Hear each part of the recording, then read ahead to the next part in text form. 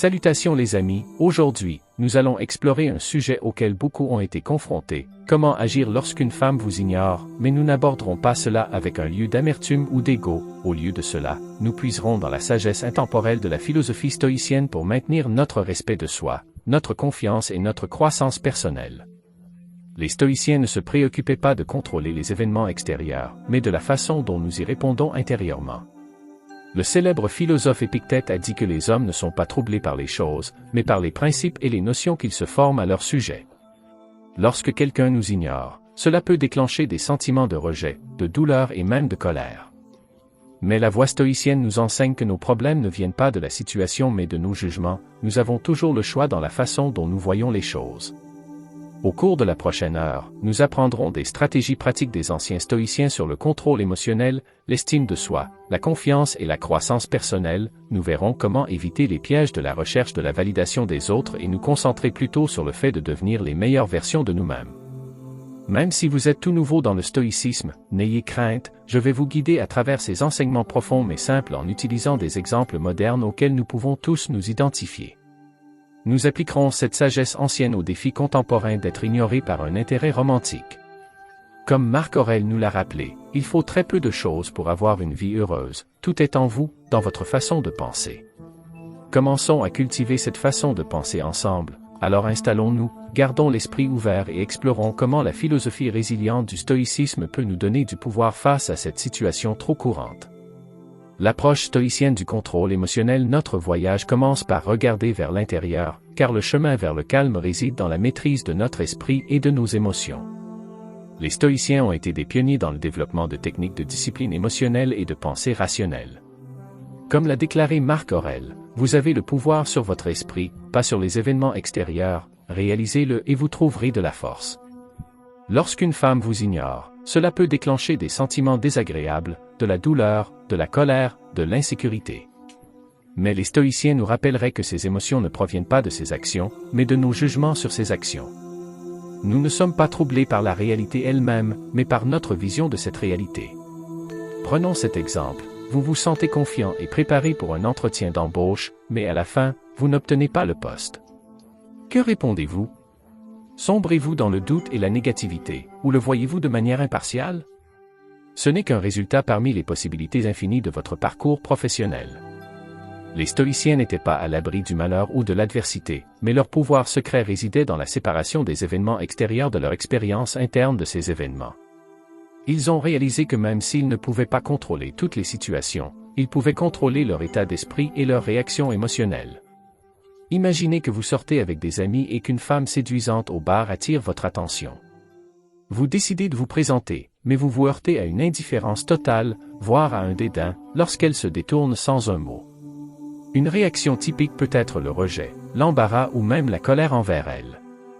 Mais réfléchissez un instant, qu'est-ce qui s'est réellement passé ici? Cette femme, une parfaite inconnue, a refusé vos avances, c'est la réalité objective. Vos émotions blessantes proviennent des histoires que vous vous racontez sur les raisons pour lesquelles elle vous a ignoré, que vous êtes inadéquat, peu attrayant, un échec avec le sexe opposé. Ces croyances génèrent alors des sentiments.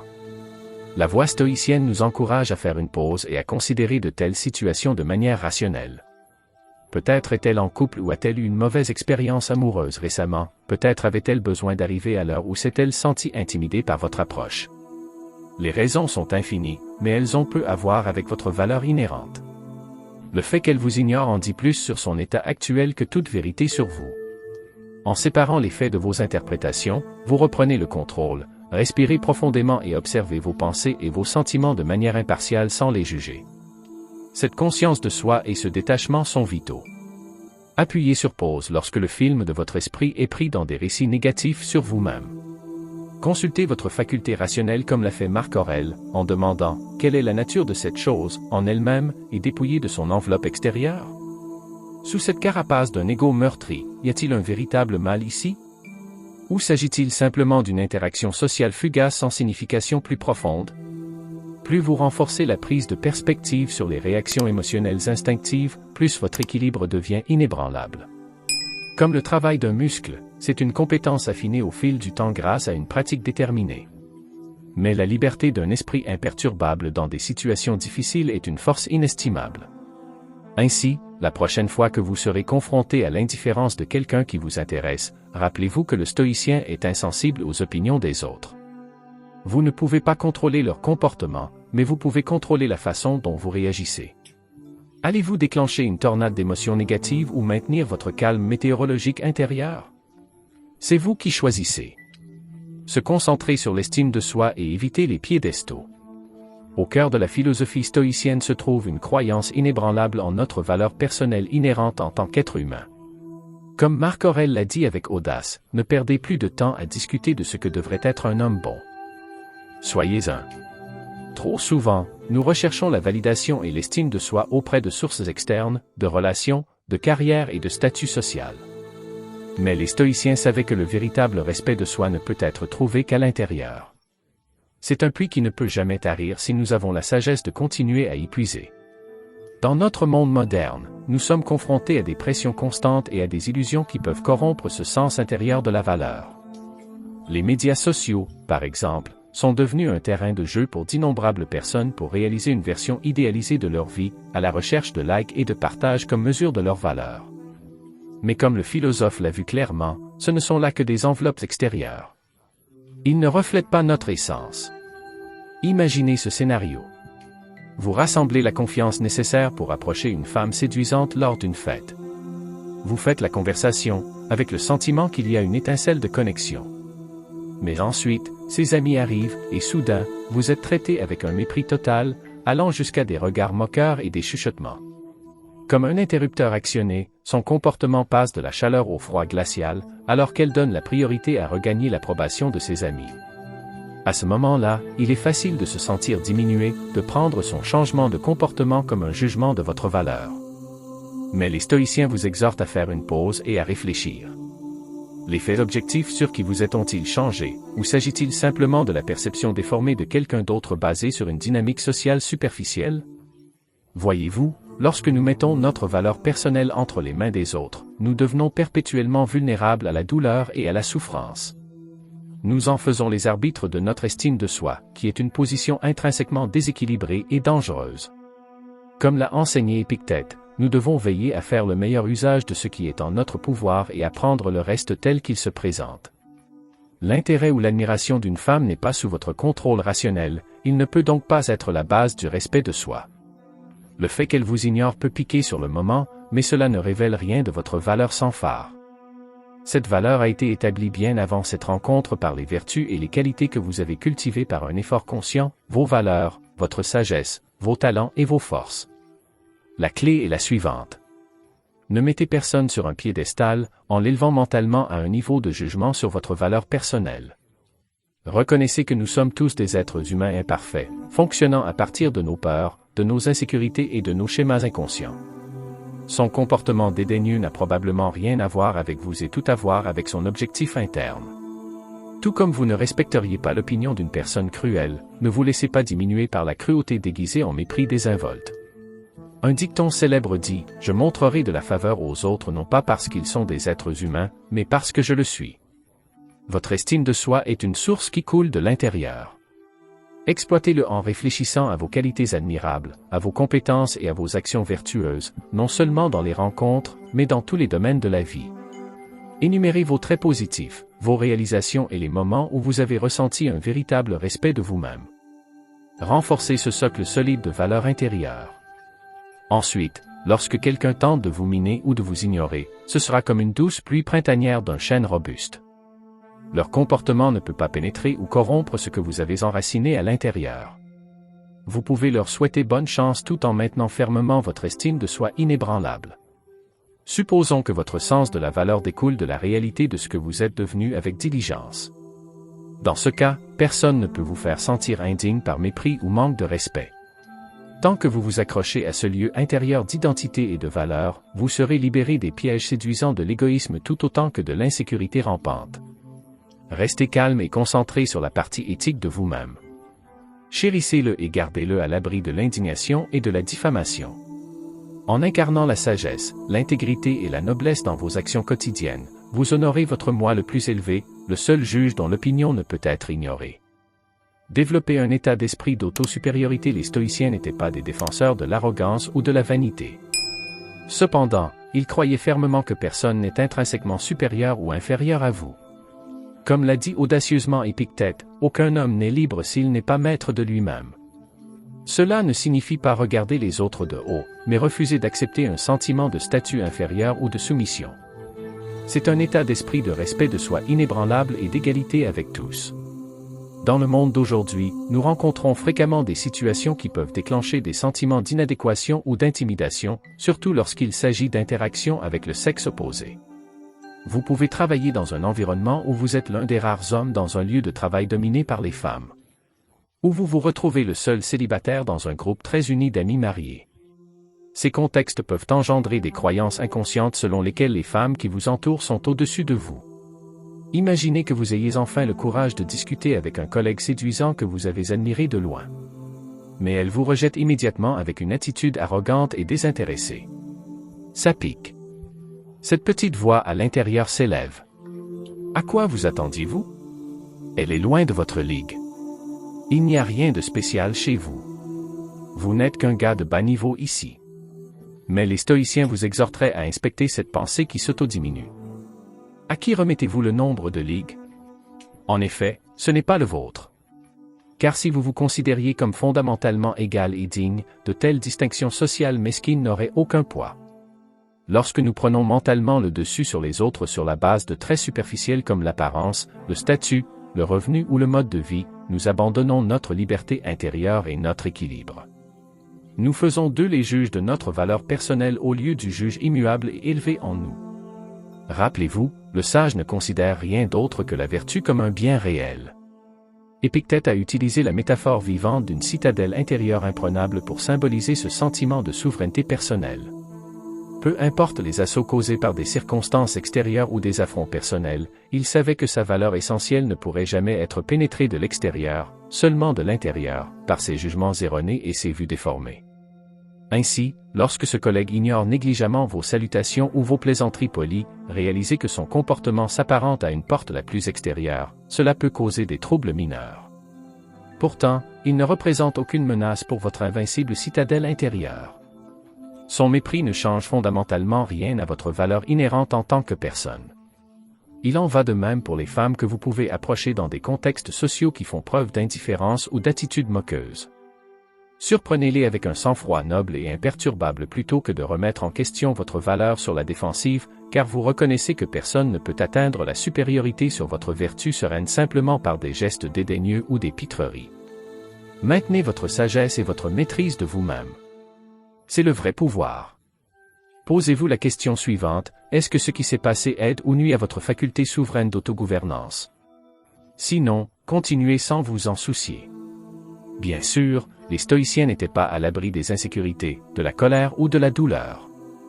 Eux aussi ont dû constamment renforcer cette façon contre-intuitive de se voir comme des humains vulnérables mais fondamentalement nobles égaux à quiconque pourrait les mépriser.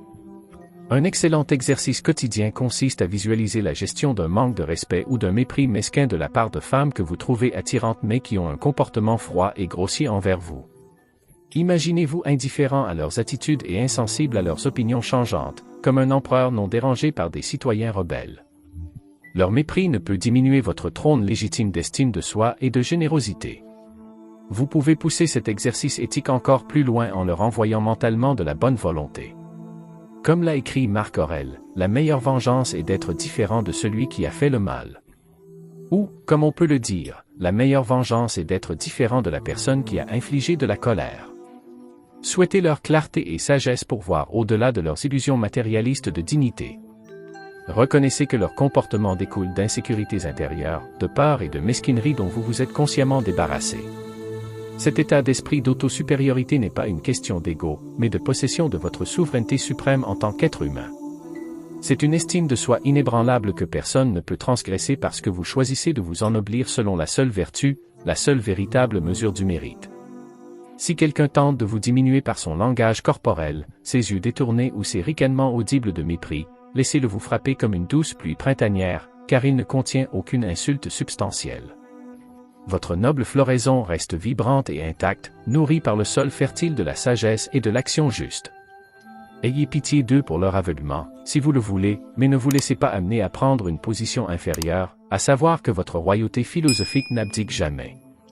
Du point de vue stoïcien, le rejet de l'autosouveraineté s'apparente à un roi abandonnant son trône et sa couronne pour ramper parmi les paysans au premier signe de discorde. Maintenez votre respect de soi inviolable. Lorsque vous interagissez avec des femmes depuis cette formidable citadelle intérieure de la souveraineté, leur intérêt ou leur manque d'intérêt se transforme en données totalement non menaçantes, ni dommageables ni édifiantes. Car vous vous estimez vous-même selon vos vertus immuables et votre autogouvernement, et non selon les opinions fluctuantes des autres.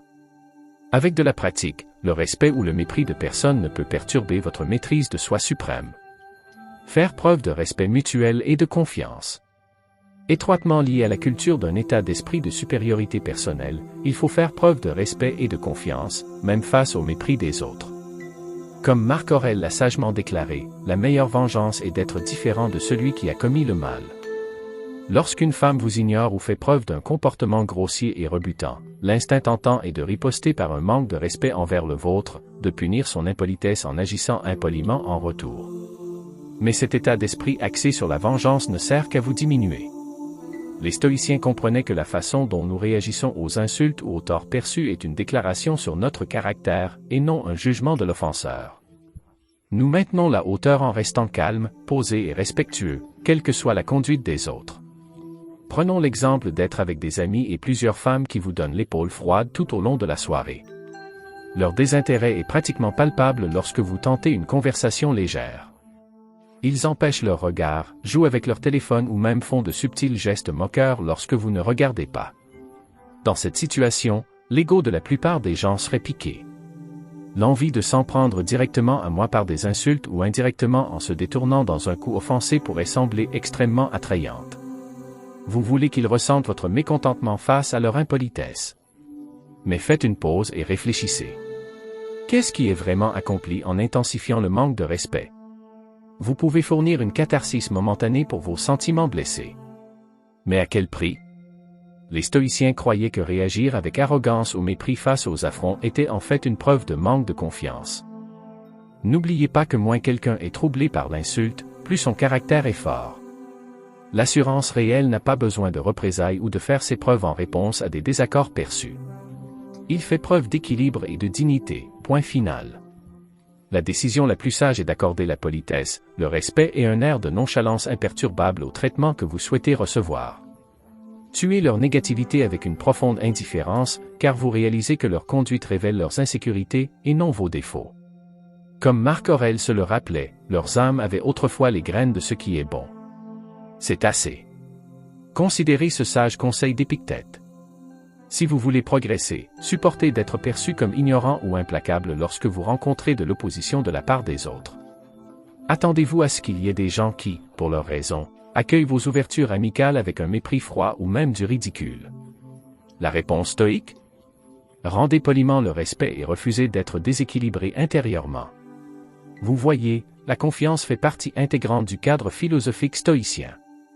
Il ne s'agit pas de rechercher constamment l'approbation des autres, mais de vivre avec intégrité selon vos vertus les plus élevées et vos principes rationnels. Comme l'a enseigné l'ancien sage Musonius Rufus, la confiance vient d'une vie vigoureuse et véridique. La meilleure façon d'établir la confiance en soi est de se concentrer sur vos qualités auxquelles il vaut la peine de croire. Ce n'est pas un comportement arrogant.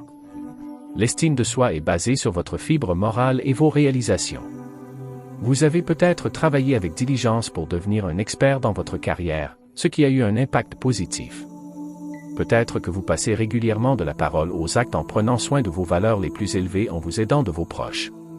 Ou vous avez consciemment cultivé des traits positifs comme la patience, la résilience et la convivialité dans les hauts et les bas de la vie quotidienne. Rappelez-vous des souvenirs vifs de l'époque où vous vous sentiez fier d'afficher ces vertus. Il vous est arrivé de surmonter l'adversité, de surmonter des occasions difficiles ou de faire passer les besoins des autres avant votre ego. Cette prise de conscience de votre valeur personnelle, découlant de vos actions plutôt que de vos évaluations, fournira une base inébranlable de confiance en soi. Ensuite, imaginez que cette confiance bien méritée se retrouve dans des scénarios où un intérêt romantique vous traite avec dédain. Vous contenez votre dignité plutôt que de vous déchaîner sur la défensive ou de vous retirer dans un épanchement.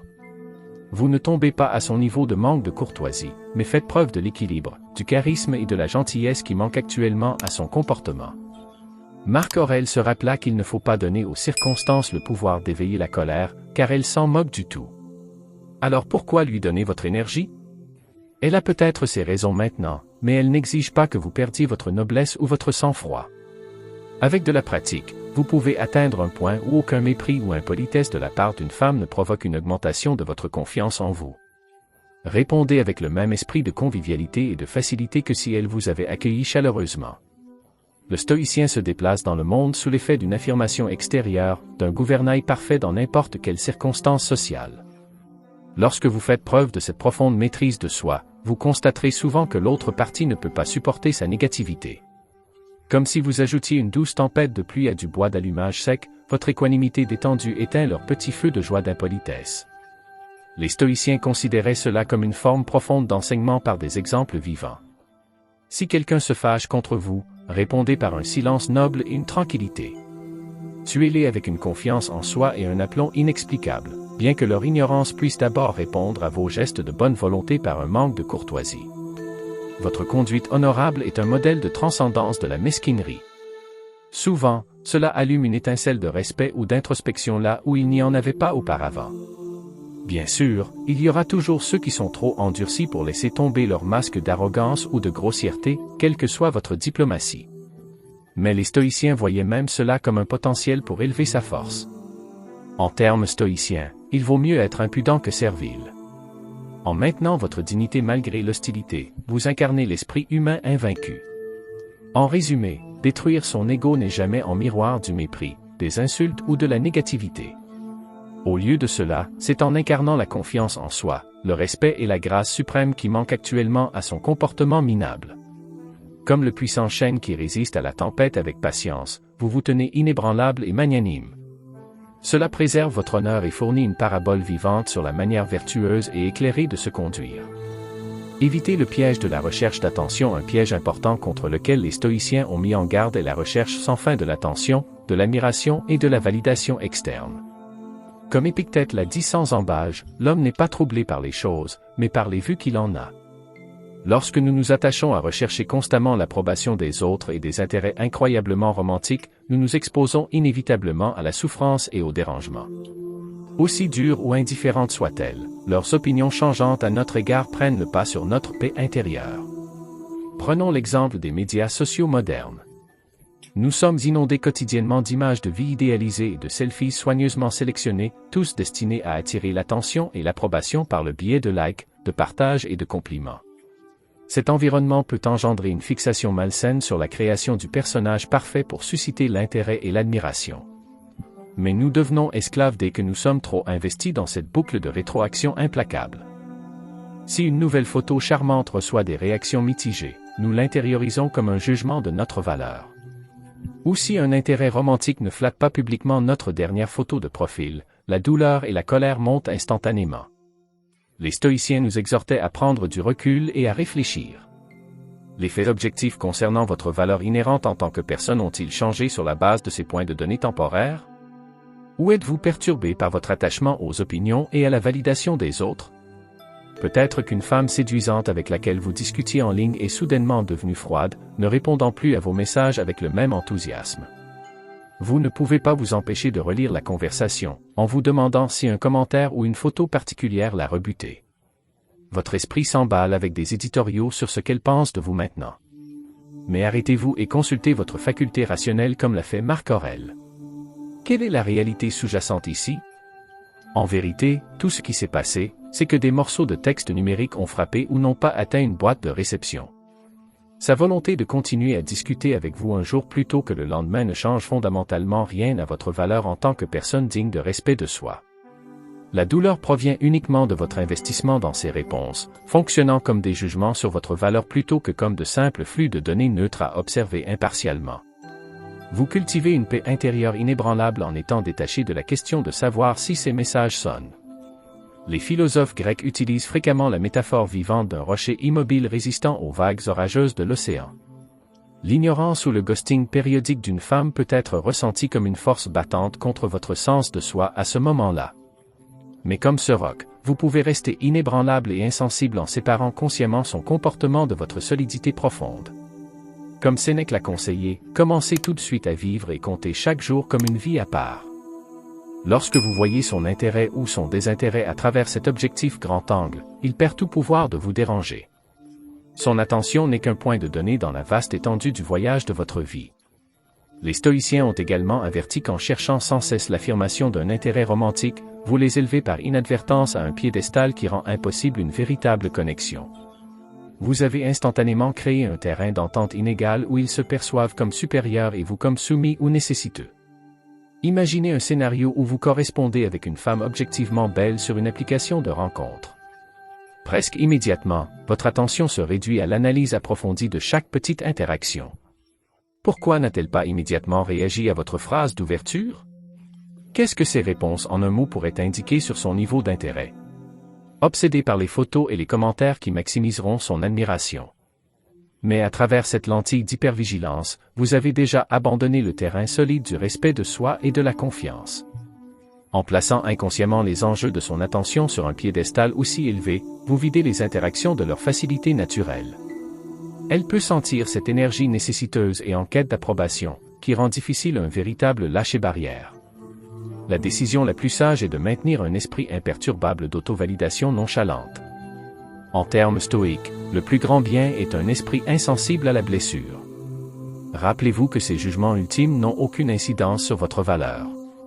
Considérez son intérêt ou son désintérêt sans joie ni tristesse, mais avec une impartialité sereine. Lorsque vous émanez de cette présence ancrée, facile à vivre, exempte de besoin, vous créez les conditions accueillantes pour qu'une connexion authentique s'épanouisse ou non, potentiellement. Mais votre estime de soi n'est jamais prise en otage par ses opinions ou son implication. Le stoïcien voyait dans ce détachement de l'adulation extérieure l'affirmation ultime de l'égalité fondamentale de soi-même et de tous les humains. En recherchant le contentement strictement de mener une vie d'intégrité et de vertu extrême, personne n'exerce de pouvoir sur votre sentiment d'accomplissement. Un vieux philosophe a dit avec éloquence, « Débarrassez-vous des envies et des peurs qui s'étendent vers l'extérieur et assimilez-vous à la grande conscience. » Cette grande conscience se réfère à l'esprit parfaitement autonome et inébranlable qui n'a besoin de rien d'autre que de cultiver la sagesse et de mener une vie juste. Après tout, lorsque vous réfléchissez honnêtement, quelle est la substance ou la permanence des affirmations ou des désaffirmations des autres? Leur attention et leurs éloges sont excellents lorsqu'ils sont présents, mais inévitablement les visages sont oubliés et les engouements s'estompent. Vous poursuivez un cycle sans fin et insatisfaisant en ancrant votre respect de soi à ce flot passager d'images et d'ego. Mais enracinez votre sentiment d'accomplissement intérieur dans votre engagement inébranlable envers des pensées, des paroles et des actes vertueux chaque jour. Maintenant, vous buvez à une source éternelle. Aucune attention temporaire ou absence d'attention ne peut perturber ce réservoir. En termes stoïciens, la grande chose est de protéger votre esprit de cette maladie extérieure. Lorsqu'un intérêt romantique vous fantôme ou vous ignore soudainement, votre esprit comprendra naturellement pourquoi et ruminera sur l'opinion qu'il s'est formée de vous. Mais le stoïcien discipliné laisse passer ces maladies indifféremment comme des nuages se déplaçant dans un ciel bleu immuable. Certes, ce chemin de détachement de l'approbation extérieure implique une pratique diligente et une rééducation des anciennes habitudes émotionnelles. Mais ce faisant, vous vous libérez des chaînes épuisantes de la recherche perpétuelle de l'attention et de la validation des autres. Votre sens du respect de soi et de la paix intérieure devient inviolable, imperturbable. Et souvent, garder son sang-froid et sa maîtrise de soi face au mépris suscite ironiquement plus d'admiration et d'intrigue que de rechercher l'approbation par des pitreries. Comme l'a dit Stoïcien, leurs égos sont comme autant de fumée qui se dissipe dans l'air. Laissez-les se dissoudre en eux-mêmes. Ne leur prêtez pas attention. La prochaine fois que quelqu'un qui vous intéresse vous donne des signaux contradictoires en étant chaud et froid, essayez de rester calme et imperturbable. Ne vous attachez pas trop et ne les repoussez pas, observez objectivement leur comportement comme quelque chose de temporaire qui n'affecte pas votre confiance en vous. C'est là que réside la liberté absolue. Se concentrer sur la croissance personnelle. Au cœur de la philosophie stoïcienne se trouve que notre sens fondamental de la valeur et de l'épanouissement doit provenir de l'intérieur, et non d'attention ou de réalisation extérieure. Comme Sénèque l'a dit avec éloquence, il est un esclave. Mais cela lui fera-t-il obstacle? Montrez-moi un homme qui n'est pas un esclave. L'un est esclave de la luxure, l'autre de la cupidité, un autre de l'ambition, et tous les hommes sont esclaves de la peur. Et celui qui n'est pas esclave des richesses, des plaisirs ou des craintes est un homme libre. Lorsque nous devenons trop obsédés par la poursuite de l'admiration romantique ou de la validation des autres, nous entrons dans une forme volontaire d'asservissement et d'asservissement. Notre bien-être émotionnel est lié aux marées changeantes de leur approbation, nous privant de notre autonomie. Au lieu de cela, les stoïciens se concentraient intensément sur la culture de son caractère par la croissance raisonnée, la vertu et la résilience. Cela a formé un socle inébranlable de respect de soi, imperméable aux opinions des autres. Prenons un scénario moderne courant. Vous avez récemment vécu une rupture après une relation à long terme. Par la suite, il est tentant de chercher à apaiser l'ego et à apaiser rapidement votre estime de soi meurtrie en poursuivant avidement de nouveaux enchevêtrements romantiques. Vous pouvez télécharger des applications de rencontres ou vous mettre en sur-régime lors d'événements sociaux, surcompensant désespérément la perte et le rejet que vous ressentez. Mais cette précipitation vers la preuve de votre valeur de partenaire revalidé ne fait que renforcer votre attachement sans racine aux affirmations extérieures. Chaque match ou interaction de flirt devient élevé à une importance excessive pour votre estime de soi, vous préparant à de futurs cycles d'exaltation ou de dévastation en fonction de leur marée d'intérêts changeantes. Les stoïciens préconiseraient une voie différente, en regardant vers l'intérieur pour renforcer vos sources de valeur et d'épanouissement. Comme l'a écrit Sénèque, il n'y a pas de tâche plus noble ou plus difficile que la poursuite de la vertu. Car il ne suffit pas d'apprendre la vertu. Vous devez également mettre cet apprentissage en pratique. Donc, plutôt que de chercher de la valeur dans des enchevêtrements romantiques inconstants, investissez cette même énergie dans la croissance du caractère et le développement personnel.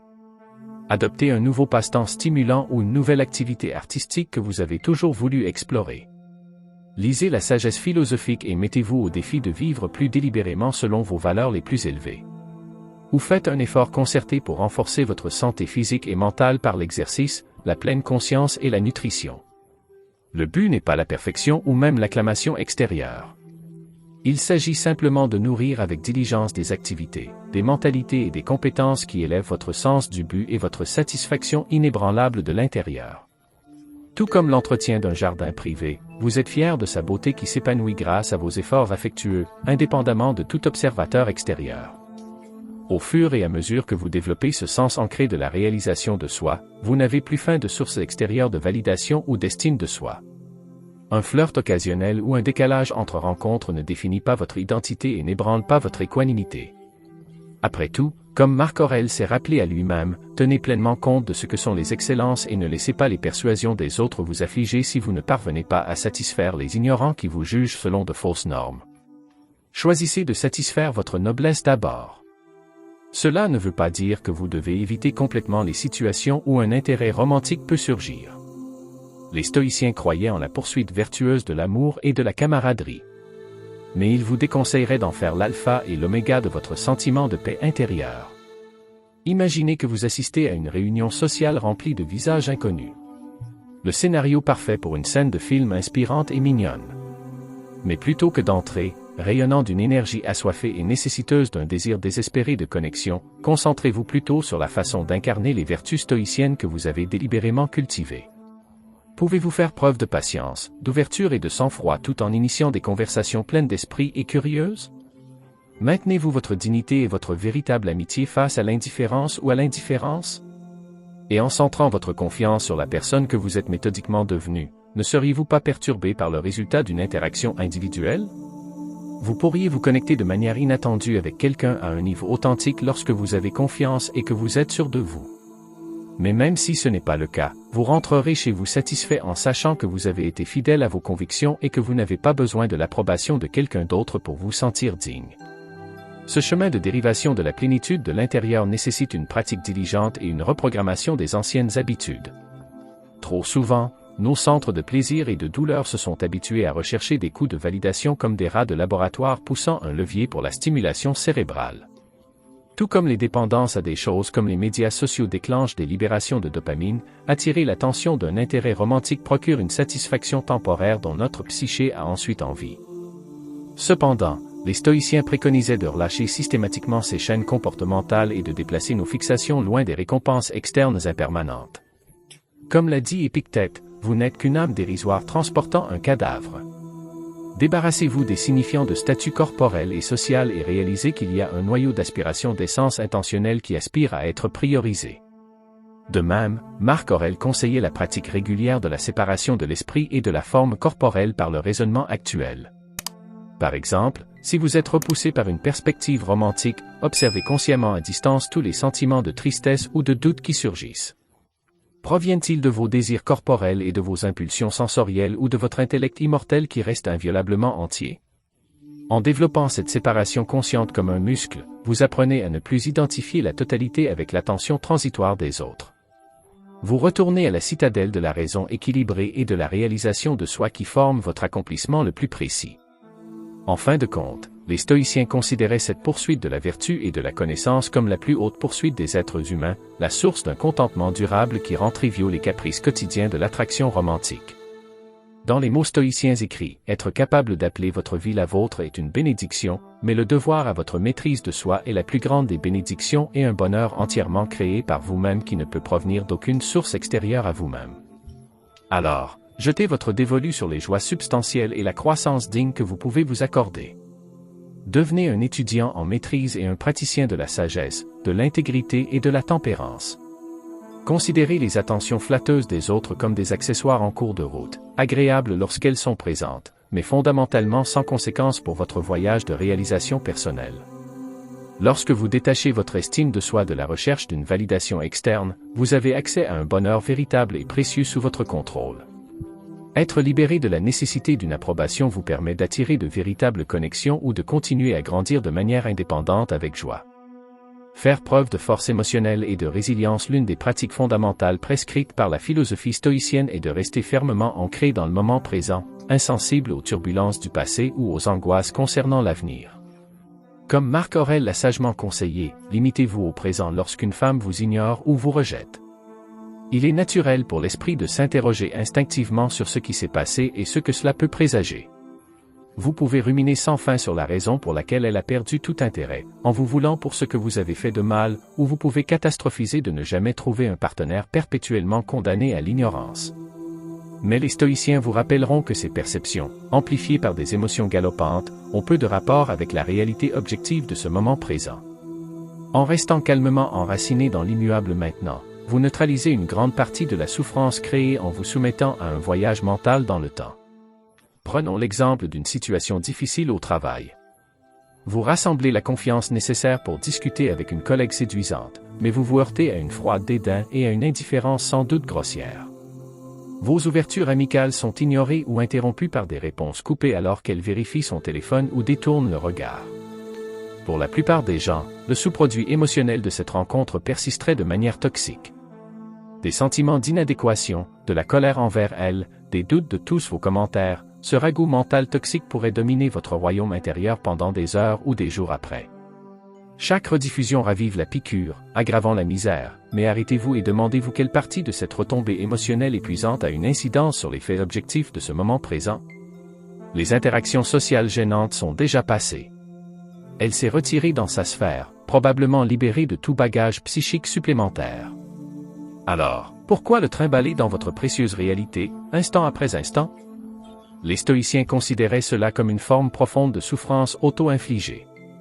Comme l'a écrit Sénèque, nous sommes plus souvent effrayés que blessés et nous souffrons plus de l'imagination que de la réalité. En permettant à la faculté de discrimination de votre esprit d'être englouti par des impressions et des histoires sur l'interaction passée, vous créez activement une expérience de douleur détachée de toute menace factuelle. Imaginez que juste après son renvoi sec, vous avez intentionnellement expiré et libéré tout l'événement mental comme un souffle se dissipant dans l'éther.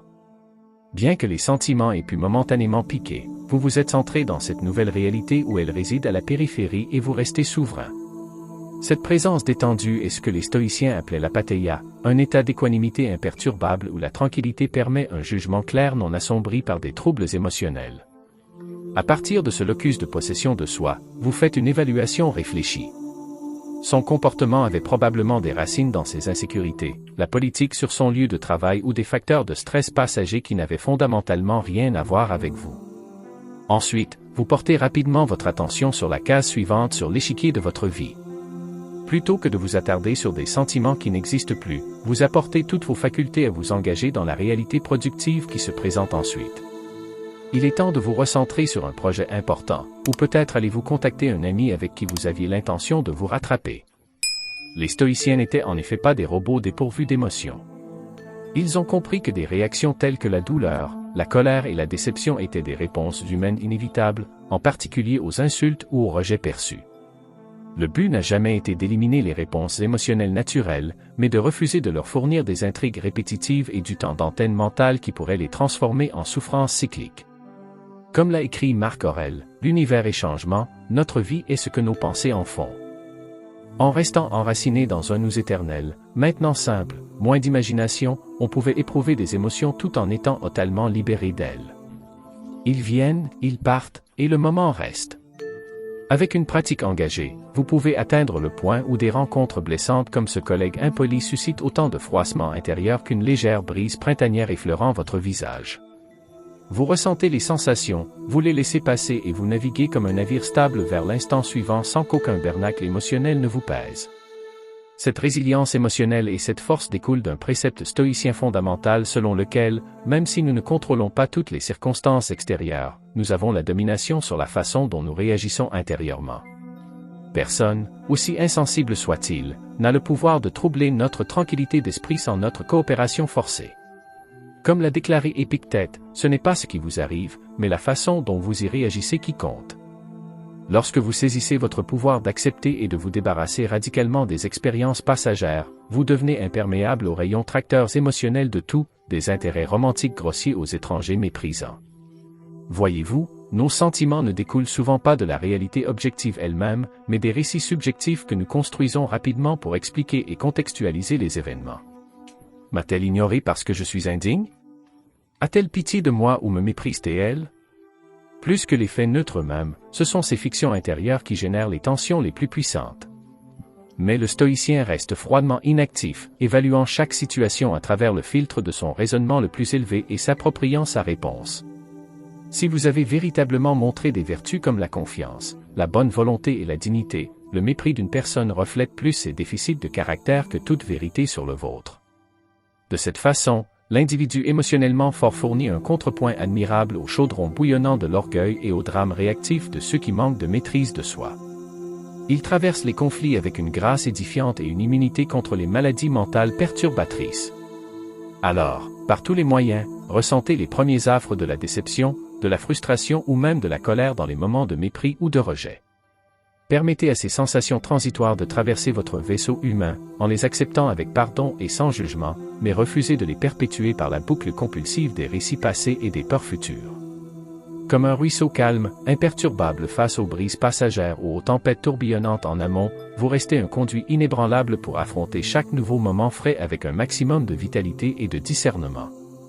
Cette oasis intérieure de présence offre un sanctuaire contre les émotions brûlantes qui autrement draineraient vos réserves d'énergie et votre paix.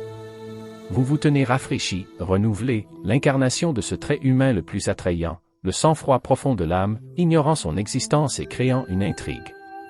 L'esprit est une force puissante, comme le savaient les stoïciens, nos pensées et notre concentration façonnent littéralement notre réalité vécue. Marc Aurèle l'a dit avec éloquence, l'âme se teinte de la couleur de ses pensées. Lorsque nous permettons à nos énergies internes d'être consumées et teintées par des pensées centrées sur l'attention ou l'admiration d'une femme en particulier, nous sapons notre souveraineté en tant qu'êtres individualisés marchant sur notre chemin. Peut-être avez-vous éprouvé ce sentiment. Vous remarquez une femme intrigante lors d'une réunion sociale, sur votre lieu de travail ou en train de faire des courses banales. Soudain, votre attention se réduit à elle comme un laser scrutant un intérêt ou une réceptivité potentielle. Vous jouez des scénarios imaginaires dans votre esprit, en évaluant si et comment faire une approche. Vous avez abandonné votre sentiment de contrôle et d'assurance en devenant obsédé par cette seule chose.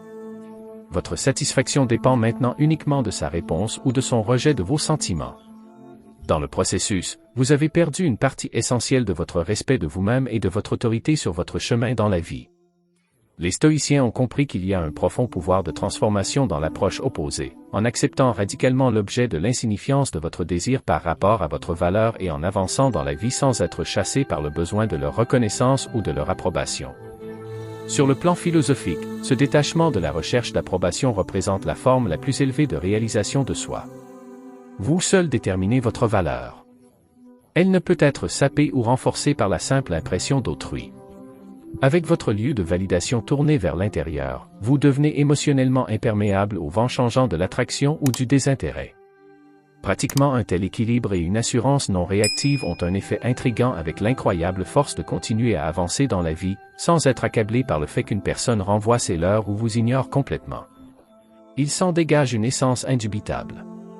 La confiance gravite vers la confiance. Prenons un exemple moderne du monde de la culture des célébrités. Pourquoi des personnalités comme Keanu Reeves ou Larry David captent-elles une telle fascination? C'est en partie à cause de leur confiance en soi apparemment nonchalante. Vous avez l'impression qu'ils naviguent dans la vie sans être influencés ou préoccupés par les opinions ou les jugements des autres sur leur statut. Leur indifférence à l'égard de l'opinion publique crée une allure intrigante. Imaginez apercevoir une femme lors d'une fête. Elle est magnifique et respire la confiance. Vous ressentez un besoin naturel de vous connecter avec elle et de vous élever en sa présence. Cependant, au lieu de vous fixer sur la façon de l'approcher, vous choisissez consciemment d'adopter une attitude d'indifférence radicale. En réalité, sa présence ou son absence n'a aucun impact sur vos objectifs de vie et votre sens du but. Elle n'a aucun rapport avec votre parcours personnel actuel et votre état émotionnel. Qu'elle fasse attention à vous ou non est aussi important que d'essayer d'obtenir un stylo d'hôtel pendant vos voyages. Totalement sans conséquence. À partir de ce lieu d'impartialité non réactive, vous traversez la réunion sociale avec un aplomb et une liberté rafraîchissante. Vous riez sincèrement avec des amis, vous immergeant dans l'expérience plutôt que de scruter perpétuellement la périphérie pour son intérêt. Vous émettez la confiance magnétique d'une personne entière en elle-même. Et souvent, par l'étrange gravité d'une telle assurance en soi, vous trouverez l'objet de votre fantaisie passagère en orbite inexplicablement dans votre sphère. Comme le savaient les stoïciens, le détachement du désir d'admiration crée un puissant effet d'intrigue et de présence qui attire naturellement la curiosité des autres. Vous avez créé l'espace pour un déploiement naturel sans attachement ni investissement en rejetant sa pertinence de votre plan mental. Si vos chemins se croisent, vous pouvez rapidement la saluer, libérer des attentes refoulées. Et si elle se retire unilatéralement, vous avez maintenu le cap lucide en suivant votre moi le plus véridique le plus élevé. Les stoïciens se référaient à ce mode comme à la vie par nature, s'écoulant avec, plutôt que de résister au courant qui se déroulait d'un scénario. En refusant de vous accrocher fermement à des espoirs ou des aversions préfabriquées, vous devenez un réceptacle spontané pour que des forces créatives et positives se manifestent. Bien sûr, cette perspective transcendante nécessite une pratique assidue pour s'incarner, en particulier dans notre culture imprégnée de mythologie romantique et de l'idéalisation de poursuites impossibles de réciprocité. Notre psyché est facilement détournée par des boucles de pensée intrusives, valorisant ou objectivant les perspectives perçues sur un piédestal. Mais avec la boîte à outils philosophique des stoïciens sur l'auto-réalignement, nous pouvons recabler ces fixations habituelles en éclairs d'observation sans attachement. Nous reconnaissons pleinement les attractions physiques et les invitations à l'approche qui peuvent survenir tout en restant résolument libres de toute exigence d'engagement ou d'intérêt mutuel. La possession de soi est l'essence. Comme Marc Aurèle s'est rappelé à lui-même, offrez-vous un cadeau, le moment présent géré de main de maître. Il décourage vos désirs de tout ce qui est grand ou généreux, mais ne vous refuse que cette satisfaction. Vous réservez votre dignité intacte et votre esprit présent en restant totalement imperturbable quant à savoir si vos désirs se réalisent ou s'éteignent rapidement. L'attrait a changé, car l'intrigue elle-même s'éprend de ceux qui vont déjà magnifiquement assister par leur intégrité. Dans le vaste champ ouvert et non réactionnaire de la présence calme du stoïcien, des connexions potentielles avec des perspectives romantiques surgissent spontanément quand elles le voulaient. Mais comme tous les éphémères, ils peuvent exister sans saisir ni exiger. Vous vous déplacez sans être diminué, rayonnant de l'art fascinant d'une vie imprégnée d'un but profondément satisfaisant. En fin de compte, comme Sénèque l'a proclamé, il ne peut y avoir de plus grande bénédiction accordée à quiconque que la maîtrise de soi. En ignorant radicalement l'existence même des autres pour déterminer votre chemin, vous avez atteint la plus haute expression de confiance, non pas la poudre explosive de l'ego, mais une lumière intérieure inextinguible émanant de la dignité, de l'émerveillement et de l'individualité vraiment puissante. Au cœur de la philosophie stoïcienne se trouve une vérité profonde selon laquelle notre ressource la plus précieuse n'est pas la richesse ou le statut mondain, mais la richesse que nous cultivons à l'intérieur par une vie vertueuse et la sagesse. Comme Marc Aurèle l'a magnifiquement exprimé, la seule richesse que vous garderez pour toujours est la richesse que vous avez donnée. À première vue, cela semble paradoxal. Comment peut-on augmenter sa valeur nette en donnant ou en refusant des richesses matérielles? Mais les stoïciens reconnaissaient que les trésors qui élèvent et libèrent l'esprit humain sont ceux que nous devons continuellement donner à l'extérieur par nos actions et notre manière d'être. Les actes de gentillesse, de résilience, d'intégrité, de courage, de tempérance, ce sont les richesses incorruptibles qui enchâssent le caractère d'un individu et forgent sa dignité à partir d'une source intérieure de vertu. Et plus nous vivons selon ces idéaux suprêmes, plus nous devenons solides et sûrs de nous face aux revers inévitables de la vie et aux juges superficiels. Considérons le scénario d'être négligé ou ignoré par quelqu'un qui vous intéresse romantiquement. Pour ceux qui basent leur estime de soi sur le désir d'attirer l'attention de cette personne, la douleur émotionnelle peut être intense et avoir un impact négatif sur la façon dont ils se perçoivent. Mais que se passerait-il si votre sens de la valeur transcendait les limites étroites de l'accomplissement romantique ou de la physicalité? Et si vous aviez systématiquement investi dans le développement de réservoirs de richesse que l'indifférence ou la grossièreté d'une personne ne pourrait jamais impacter? La richesse de l'intelligence émotionnelle, de la force mentale, de la connaissance déterminée et du service aux autres. Ensuite, il est probable que, même si vous ressentez une teinte de déception naturelle face au rejet, votre cœur reste obstinément inchangé. Vous avez protégé et élevé votre individualité en vous concentrant assidûment sur la croissance dans des domaines qui deviennent des actifs auto-entretenus plutôt que des déficits basés sur des circonstances temporaires.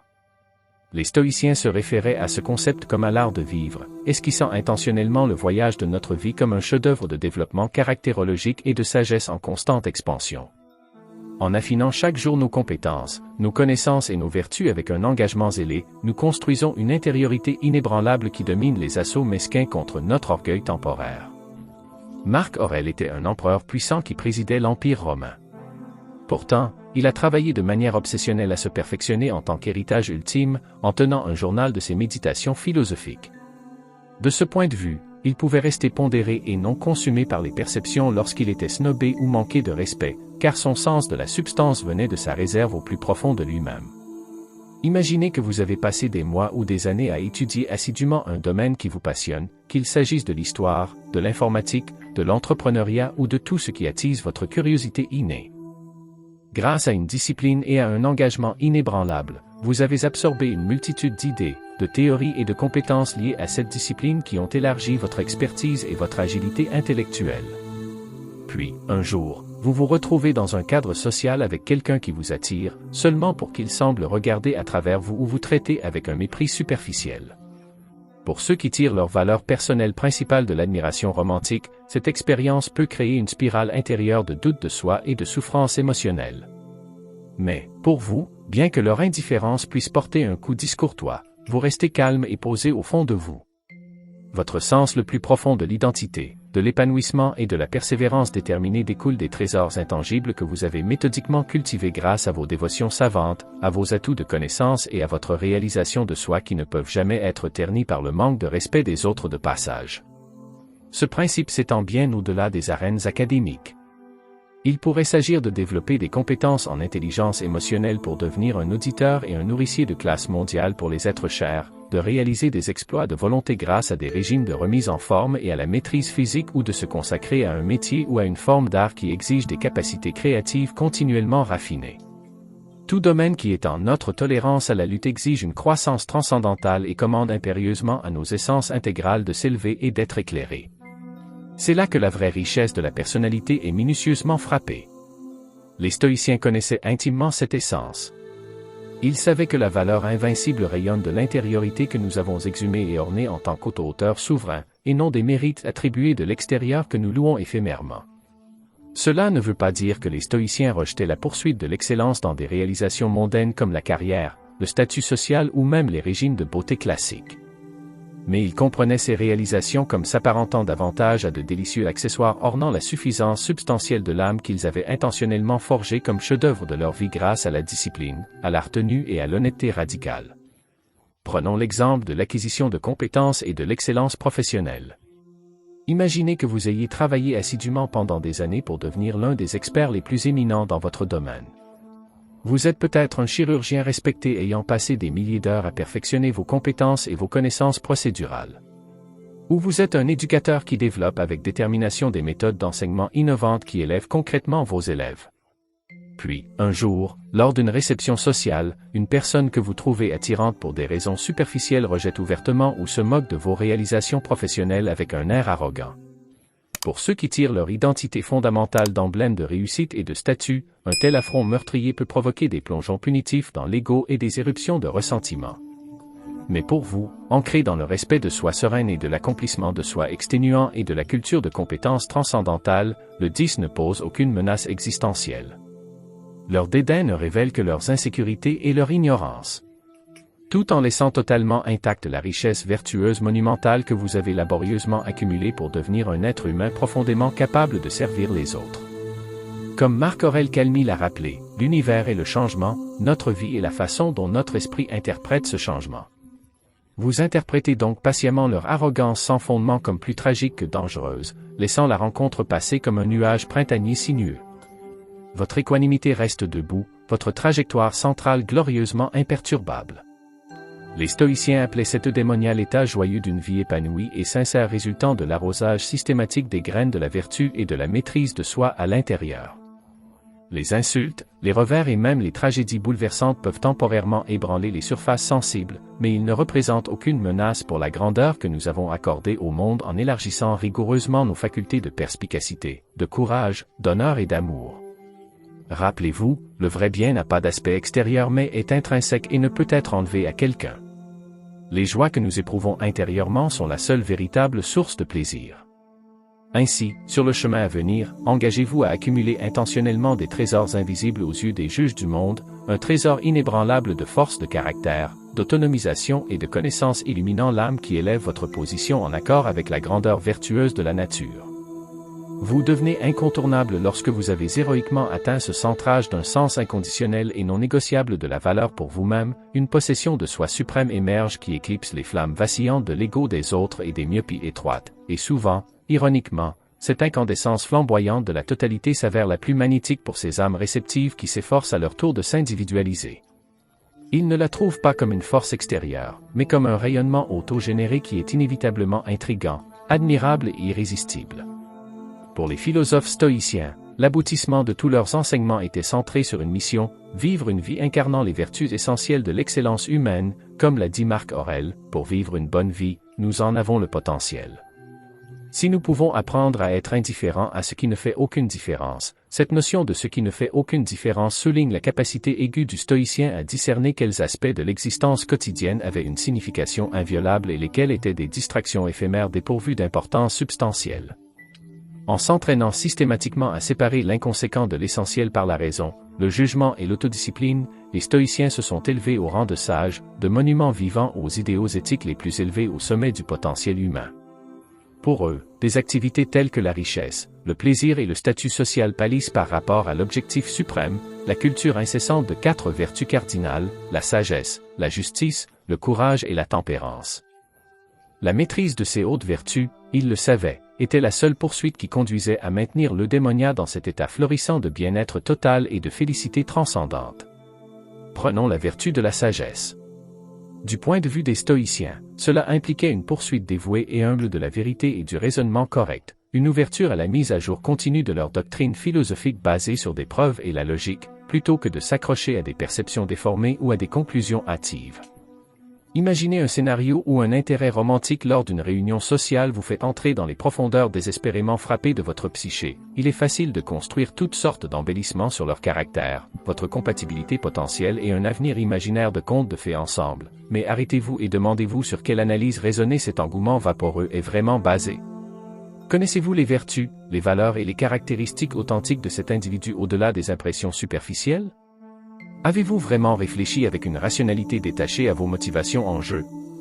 La voie stoïcienne exhorterait à appliquer une sagesse disciplinée ici, à évaluer calmement le scénario avec un œil sceptique, retenant la conviction jusqu'à ce que vos jugements ultimes soient basés sur des connaissances et des faits substantiels, et non sur des projections idéalisées ou des souhaits guidés par l'ego, car, comme Épictète l'a averti, quelle est la première affaire de celui qui pratique la philosophie?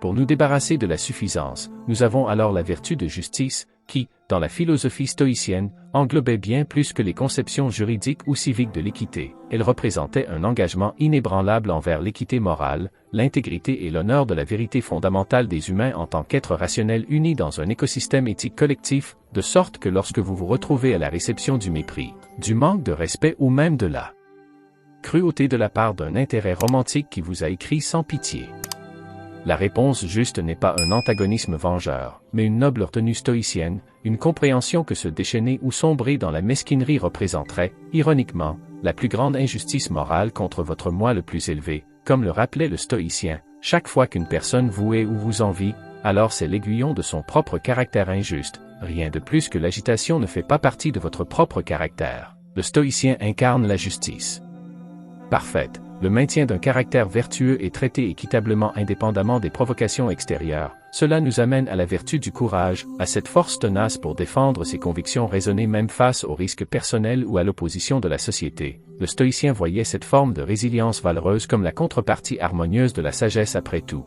Les idées ne signifient pas grand-chose sans le courage inébranlable de les vivre dans des contextes romantiques. Ce courage peut manifester de multiples façons la volonté d'exprimer honnêtement votre intérêt pour quelqu'un que vous trouvez convaincant malgré le risque de rejet, le courage de rester massacré dans votre estime de soi imperturbable même si vous êtes confronté à la cruauté ou au fantôme, l'audace de vous éloigner sans vergogne des enchevêtrements toxiques manipulateurs qui corrompent votre intégrité comme Marc Aurèle s'est rappelé, l'univers est changé, notre vie est ce que nos pensées en font, aucune tribulation que ce soit des espoirs déçus de compagnie ou des meurtrissures, le rejet personnel a le pouvoir de vous déranger sans votre lâche résignation de noble caractère. Enfin nous avons la vertu de tempérance ou d'autodiscipline. Le stoïcien a vu cela comme une capacité humaine essentielle à réguler les impulsions, les désirs nuisibles et les excès émotionnels au service d'un raisonnement supérieur. Après tout, la perspicacité et le courage deviennent rapidement possible. Avec la volonté de les canaliser de manière constructive, vous pouvez être enclin à vous attarder de manière obsessionnelle et à vous lamenter sur un intérêt romantique potentiel qui a ignoré de manière flagrante vos ouvertures conversationnelles.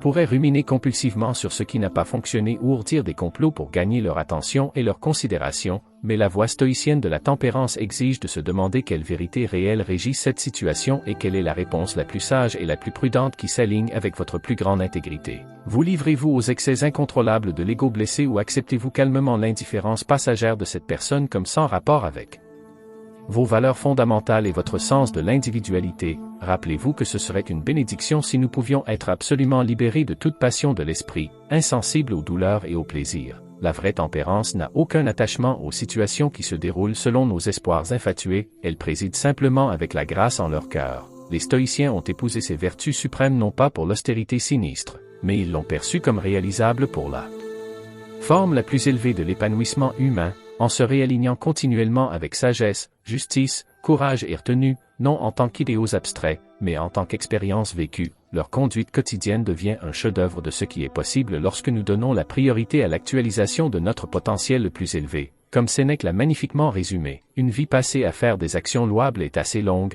mais par l'étude, vous pouvez vous rendre immortel, vivre selon ces vertus stoïciennes, incarner la rationalité, l'intégrité, la résilience et la modération, non seulement dans les domaines de la romance ou de la justice sociale, mais dans chaque choix et facette de la justice. L'être est d'écrire une empreinte durable sur le monde, un héritage vivant et expressif, inspirant tous ceux qui sont touchés par son caractère noble et ses émanations incandescentes et émouvantes. Alors embrassez ce chemin, non pas par dogme creux ou par mise en scène, mais pour alchimiser progressivement votre expérience humaine brute en une œuvre de vie digne de l'art magistral destiné à tous les êtres. Laissez chacun de vos actes, pensées et interactions devenir un trait indélébile de vertu gravée dans le sempiternel de la réalité. Toile et de ce haut lieu de l'âme éveillée, caractère dans un travail philosophique constant. Quelle province en vérité reste-t-il au mépris passager de quelqu'un d'autre ou au jugement romantique casté pour avoir une pertinence indélébile que vous n'avez pas besoin de détruire ni d'exiger de validation, car vous avez immortalisé les efforts les plus héroïques de votre meilleur moi à travers le labeur d'une vie. Noblement la persévérance. Tout au long de cette vidéo, nous avons exploré la profonde sagesse stoïcienne pour maintenir le respect de soi, la confiance et la croissance personnelle face à la réalité en étant ignoré ou méprisé par un intérêt romantique. Nous apprenons à cultiver le contrôle émotionnel en séparant les événements extérieurs de nos réponses intérieures. sans supprimer les sentiments ni leur donner un pouvoir inconscient sur nous. Nous avons vu l'importance primordiale de tirer notre valeur personnelle fondamentale non pas d'une attention éphémère mais d'un sens inébranlable du développement vertueux du caractère. Nous avons examiné des stratégies pour rayonner d'un calme et d'une dignité ancrée, calme et dignité, même lorsque nous sommes confrontés à l'indifférence ou à la grossièreté. De ce fait détruire les illusions des autres, de nous inciter à compromettre notre noblesse, nous avons cherché à éviter le piège de faire de la validation romantique un besoin obsessionnel en nous détachant de la recherche d'approbation et en concentrant notre énergie sur la croissance personnelle substantielle. Au lieu de cela, nous avons finalement exploré la vie en pleine conformité avec les vertus stoïciennes suprêmes de la sagesse, de la justice, du courage et de la tempérance, un chemin de réalisation de soi continuelle pour élever l'existence humaine, tandis que les situations que nous rencontrons peuvent parfois déclencher des douleurs de blessés, colère ou insécurité. Les enseignements du stoïcisme fournissent un cadre philosophique stimulant pour maintenir notre respect de soi non diminué, notre confiance et notre vérité en appliquant les perspectives rationnelles et résilientes partagées ici. Vous vous dotez de la force de rester imperturbable face au mépris tout en concentrant votre attention sur ce qui compte le plus, votre voyage héroïque de croissance personnelle et de développement du caractère. Personne ne peut vous faire sentir indigne sans votre participation. Le chemin est ouvert à tous ceux qui cultivent les versions les plus élevées et les plus vertueuses d'eux-mêmes à partir de leur source inépuisable de dignité. Je vous encourage à intégrer ces pratiques stoïciennes dans votre vie quotidienne, principalement lorsque vous faites face à des situations interpersonnelles difficiles ou à des revers. Comme toujours, j'accueille vos commentaires et vos idées sur l'application de cette sagesse philosophique de manière stimulante pour ceux qui cherchent plus de conseils. Consultez les ressources et les lectures recommandez que j'ai lié ci-dessous. Le chemin de le stoïcisme et celui de l'apprentissage et de la croissance tout au long de la vie. Merci de vous joindre à moi et de continuer inébranlable, mes amis.